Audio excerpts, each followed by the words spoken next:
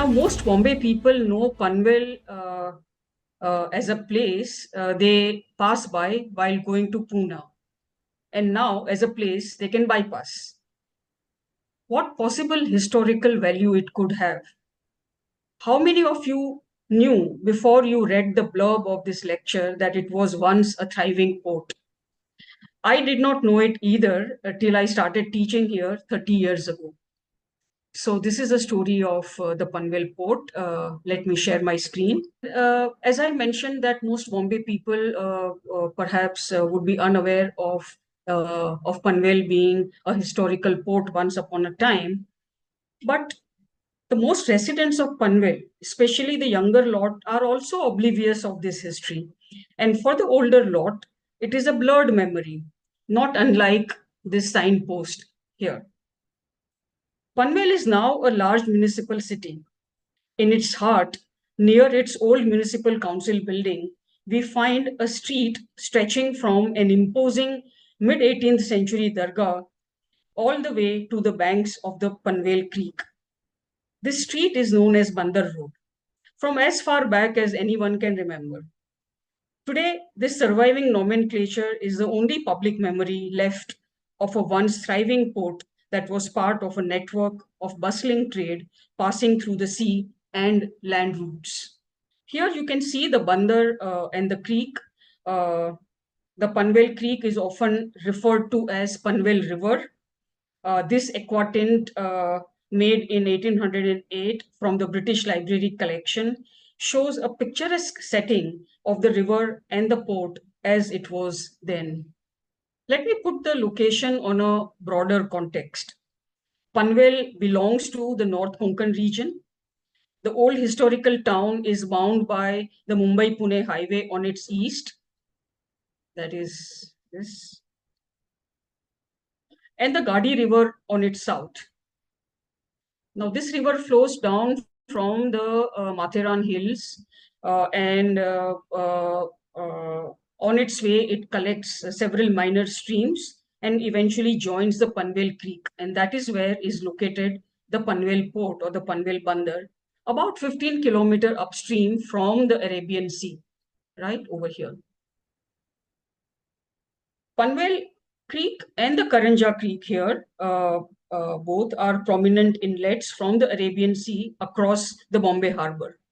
They channeled a large volume of inland and foreign trade through port landings such as Panvel, Belapur, Uran, and Karanja for close to 5 centuries before going into decline in the mid 20th century. This presentation focuses on the Panvel Creek, specifically on the port of Panvel, to throw light on its maritime history, whose material remains are fast disappearing.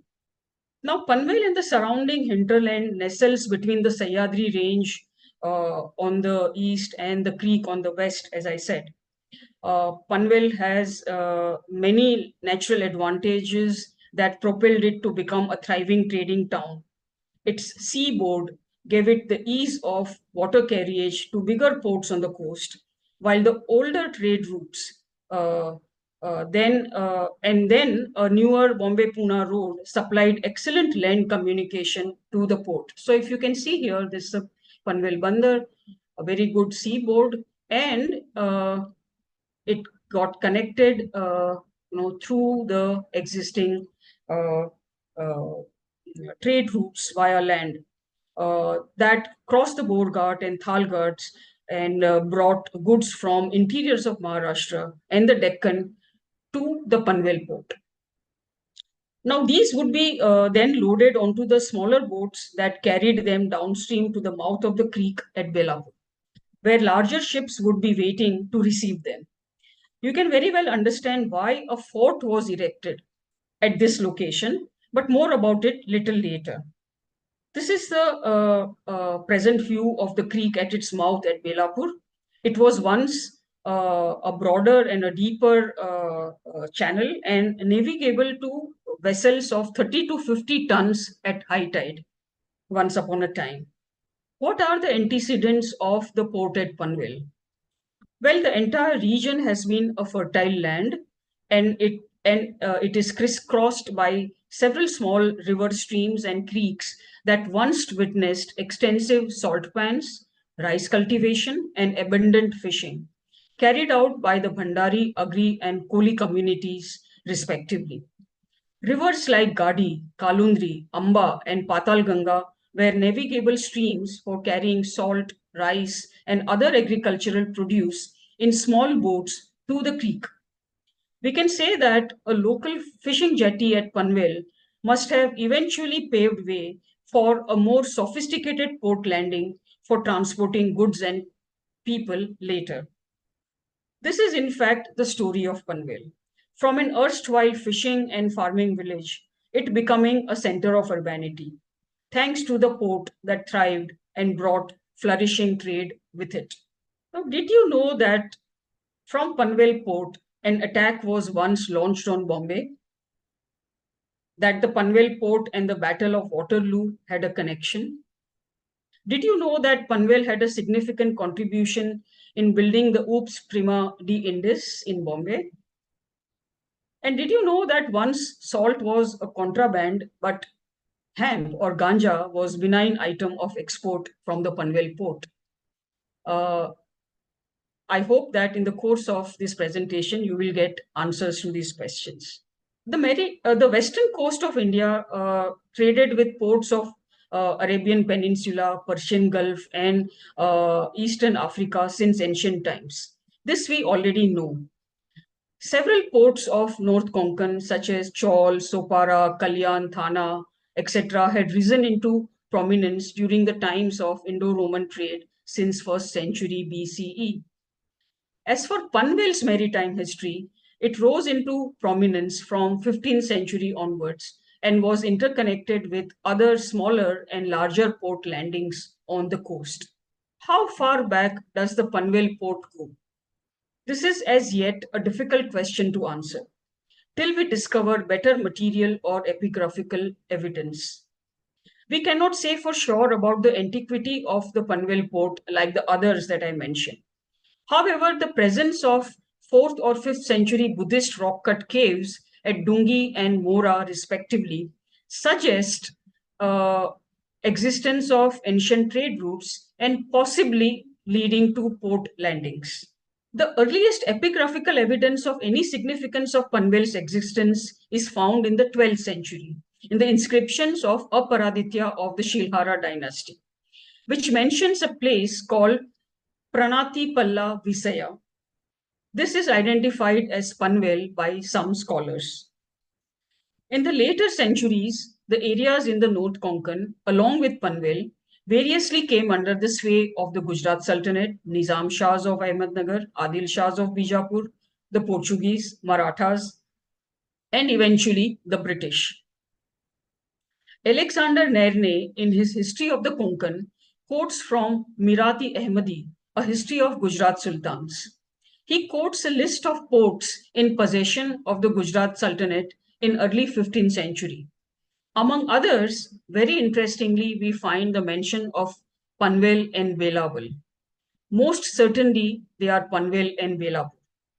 This establishes how important the Panvel Creek must have been even during that time. The port of Panvel is recorded to have paid revenue to Gujarat till mid 16th century until a new power structure in the form of the Portuguese appeared on the horizon. We know that by 1560, the Portuguese had gained control of the whole of the North Konkan coast. Belapur, which was an island at that time, was once the 7 divisions subject to Basin, which was the Portuguese capital of the north. And this Belapur division included Panvel, Kherne, and Sabayo or Shahbaz with other surrounding villages.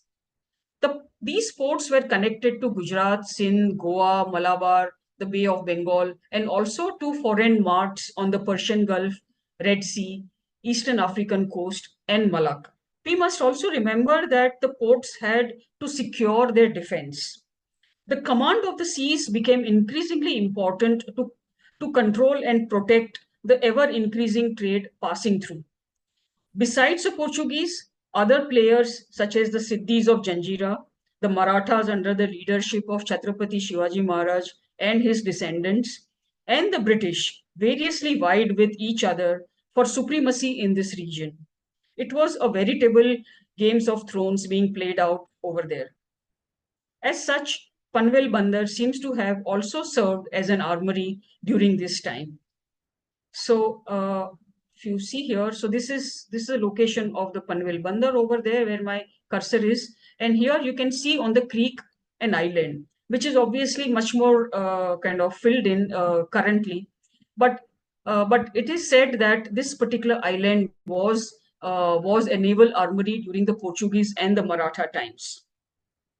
And there is an interesting story of an attack being launched from here on Bombay. So during the famous battle for Khanderi Island in 1679, Chhatrapati Shivaji Maharaj had concentrated an army of 4,000 at Panvel for impending landing in Bombay via the sea route.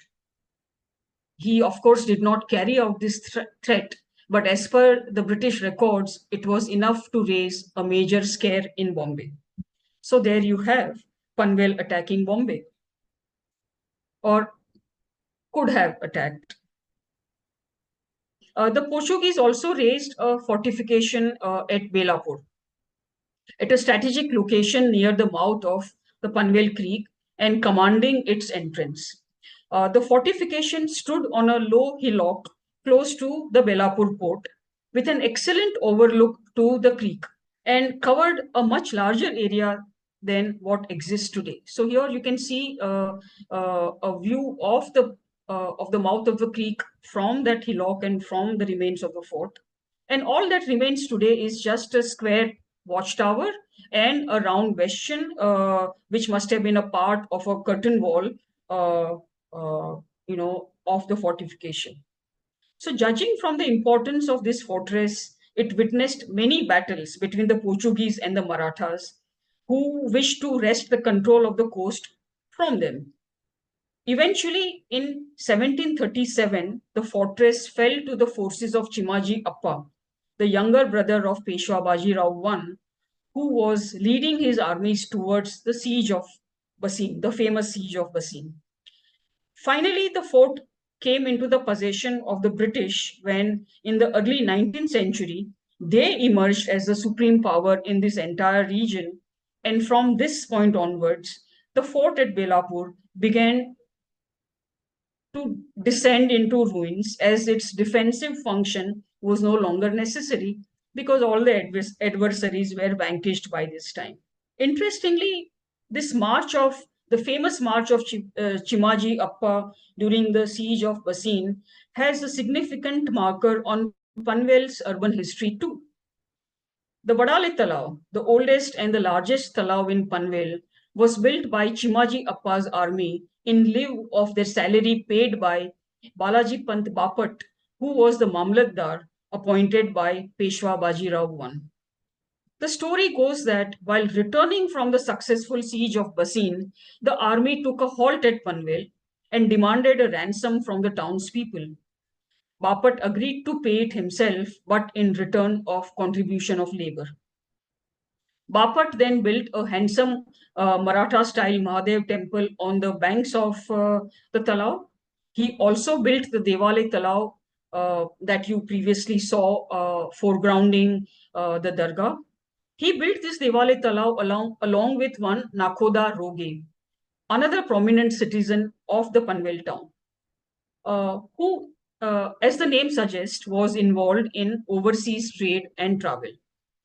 This Roge family was in all probability related to the Roges of Bombay, a prominent merchant family that is quite well known in Bombay. We find more information about the port of Panvel and its trade activities in the British records. These records also tell us about the interconnectedness of trade and transport via water with other ports and via road with the Deccan.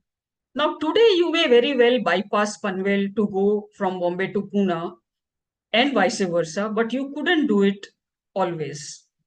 Travel from Bombay to Pune and the other way around in those days involved a journey by boat across the Bombay Harbour to the dock at Panvel, then by road to Khopoli, and up through the Borghat to Lonavala and onwards to Pune. One celebrity passenger who undertook this journey was Arthur Wellesley, the famous Duke of Wellington, the victorious general of the Battle of Waterloo. He is recorded to have travelled to Bombay in March 1804 on the governor's yacht from Panvel. For the less privileged, a passenger service called Harbour Steam Ferry plied daily from the ferry wharf at Ulva in Panvel to Karnak Wharf in Bombay. This aquatint from the British Library collection, and this pencil and watercolor, which is a series of or a sequence of painting in collection of the Victoria and Albert Museum. They kind of record, this particular journey that you would have to pass through the land at Panvel port via the sea route and then proceed on the land route to Pune. The thriving port of Panvel attracted huge trade and brought prosperity to the town. The historical town's urban fabric, consisting of market streets, man-made talaos, numerous places of worship of its cosmopolitan society, public buildings, etc., began to take its current shape in the early 18th century at the peak of the Maratha power. As Panvel flourished as a trading town, its Bazar Pet, the main market street, bustled with shops, godowns, industrial workshops, and places of worship of different faiths, with houses above. Traders belonging to communities of Banyas, Bhatiyas, Lingayats, Marathas, Kolis, Dakhanis, and Konkani Muslims, Bora Muslims, set up shops trading in all kinds of goods. Cross lanes emerged on either sides of the Bazar Pet. These were specialty shopping streets devoted to one type of commodity, such as the Kapad Gully and Mirchi Gully, and they are dominated by establishments trading in clothes and chilies, respectively. So here is a view of Bazar Pet and Kapad Gully, taken by me about 20 years back. This is a view of the Mirchi Gully. The old Bombay Presidency Gazetteer lists many items that were exported out of Panvel and imported into it, to be then sent to the places inland. Among these, the main items for which the trade from Panvel port stood out were husked and cleaned rice, salt, and cartwheels. Paddy farming was the chief occupation in the villages in the Panvel division. The region even today is known as the Rice Bowl of Raigad district. This led to a flourishing industry of milling rice in the urban centers of Panvel and Uran. Although very few survive today, once a few dozen rice mills operated from here for processing of rice, including making of poha or the flattened rice. These mills served the paddy grown locally as well as paddy that was brought from the rest of Konkan. It is hardly surprising, therefore, that one of the chief items of export from Panvel port was husked and cleaned rice. So today, among the few surviving rice mills that continue to function today, one is this particular one Mominpada rice mill at the Mominpada end of the Bazar Pet. And you can see here even the kind of continuation of the existing built fabric, which is there over there. The another one is this one Yusuf Mia rice mill, and you can see its exterior and the interior view. It gives you an idea of its building form and its interior form, which is now strengthened, with the steel frame partly. And these are still functioning in the same way that they must have done, decades ago. The town of Panvel was also known for being a center for manufacturing and repair of chak jodi or bullock cart wheels. Here you see wheel making workshop of Ismail Daud Kutchi, whose ancestors arrived in Panvel from Mandvi in Kutch. According to his son Hanif Kutchi, uh, about 3 to 4 dozen workshops thrived in the Kutchi Mohalla, the other end of Bazar Pet, connecting to the Bunder road. At one time, as he said, 3 to 4 dozen such workshops existed and thrived. So the story is that many families of Kutchi Muslims skilled in carpentry settled in Panvel about 3 to 4 centuries ago. Initially, they engaged in repairing boats as also bullock carts, which were arriving in droves to Panvel, bringing goods from faraway places. From here, these families acquired a special skill of making cartwheels of exceptional quality. These wheels were in great demand locally and even purchased by traders from East Africa and the Persian Gulf.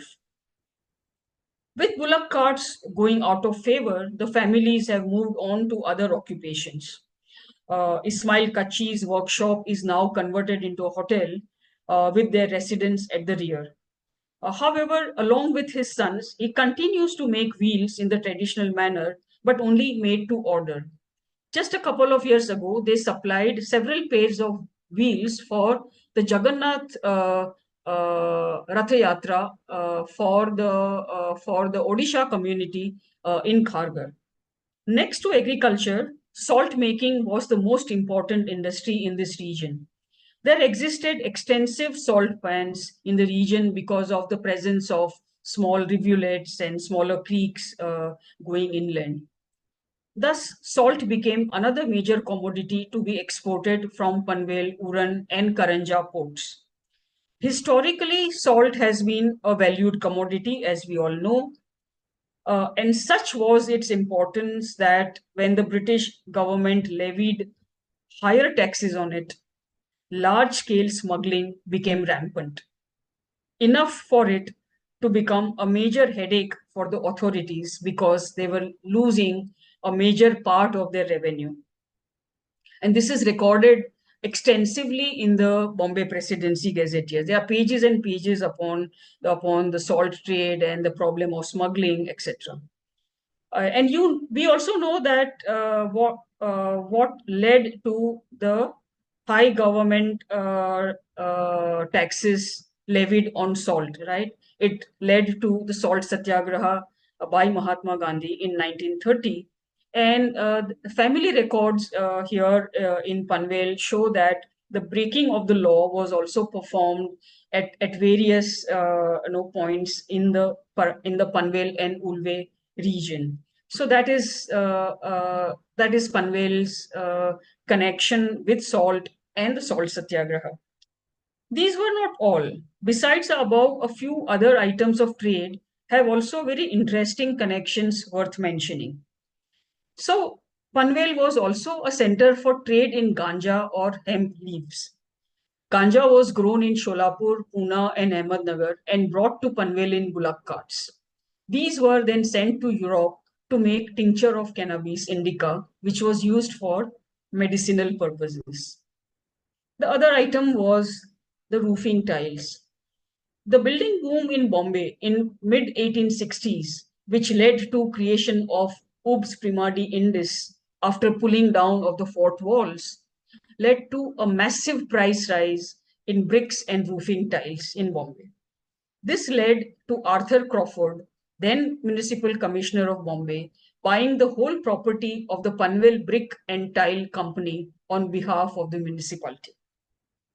So when you are taking a heritage walk in Bombay, do not forget from where a lot of tiles came from. The port of Panvel, with its many geographical advantages, made a prominent urban center out of an idyllic village whose urbanity was a result of the prosperity that came with trade. However, the waterways began to be neglected when surface transport gained an upper hand. The opening of the Peninsular Railway and subsequent development of rail and road network deprived Panvel of much of its old trade importance. When the port went into disuse around the mid 1950s, the importance of Panvel declined and its urbanity stagnated. It remained as an in between place of not much consequence on the Bombay Pune road. The setting up of New Bombay from the 1970s onwards led to Panvel becoming practically a suburb of Bombay. If we want to kind of see Panvel Creek then and now, okay. So unfortunately, the state of with the decline of the port, the state of the Panvel Creek also began to deteriorate. Construction of dams upstream on the rivers that fed into it made it a shallower and a narrower channel. Silting and garbage dumping became a problem, as also largely illegal sand mining that goes on. So there is a massive deterioration of the Panvel Creek. None of all the above factors that I mentioned uh, had as devastating an effect on the creek as the ongoing construction of a new airport, sited right on top of it. The large scale flattening and reclaiming of land necessary for the airport has not only blocked the flow of water, but has also obliterated many material remains of the old waterways, including the rock cut caves at Dungi. And here you can see a Google Earth image of about, I think this is about 7 8 years old, and this is the one I recorded last year uh, for uh, for the article for the book. Now coming back to the site of Panvel Bandar, though no longer operational, uh, we have archival pictures somewhere in the middle of 1950s where ships were still docking at the port, and you can kind of see a faint image of that. But very soon that stopped. So we can say that by mid 1950s, the port completely went into disuse. So it was no longer operational, but its scenic location on the creek made it a popular site for evening outings among the citizens who were starved of open spaces. I myself have witnessed it, although I never took a picture of that. And a lot of eatery stalls, etc., would be set up in the evening, and people would kind of come there to eat air as well as to eat chaat, etc. This changed, however, in 1997. The government of Maharashtra handed over the site to BP Marine Academy to develop an institution imparting marine-related training to seafarers to cater to the maritime industry. On one hand, this has helped bring back the Maritime Association of the jetty, while on the other hand, its privatization has precluded any scope to revive its public function. This is the view of the Maritime Academy from the opposite bank of the creek, and you can see here the retaining wall, etc. And you can see the whole Jing Bang development that has also kind of come here on the Bunder Road, which you can see in the backdrop. Further, the riverfront itself has seen a huge amount of real estate development, leading to building over of the coast. So you can see here, this is the Kolivada of Panvel, the picture I took from the Uran Bridge, from this Uran Bridge in 2001. And this is a picture of Kolivada taken approximately from the same location. You can see not only the building over, you can also see the gentrification of Kolivada itself, because fishing is almost non-existent here. The fisher folk bring fish from other places, and then they sell over here. And there is a new road bridge which has been constructed on the other side of this very beautiful stone arched bridge that has been allowed to remain, but this new road bridge has been constructed, and the view on the other side, and you can see the the amount of development that has come up. And what it does is that it leads to the building over of the river coast. On the opposite shore of the Bunder, a brand new township called Karanjade is being developed by SIDCO. The river is now reduced to a largely waterless channel outside of the monsoon between high retaining walls on either side. Beyond the issue of preservation of historical memory, there are environmental implications and the impending climate change crisis to deal with, of which presently we seem to exist in a state of denial. The memories of devastating floods on 26 July of 2005 are forgotten. What next for Panvel? Panvel has always exerted a great deal of influence on the surrounding hinterland and continues to do so. It is today a major bus and rail terminus, and when the new airport is functional, will once again be an important transport hub, only of a different kind than the one facilitated by its historical port. Thank you so much.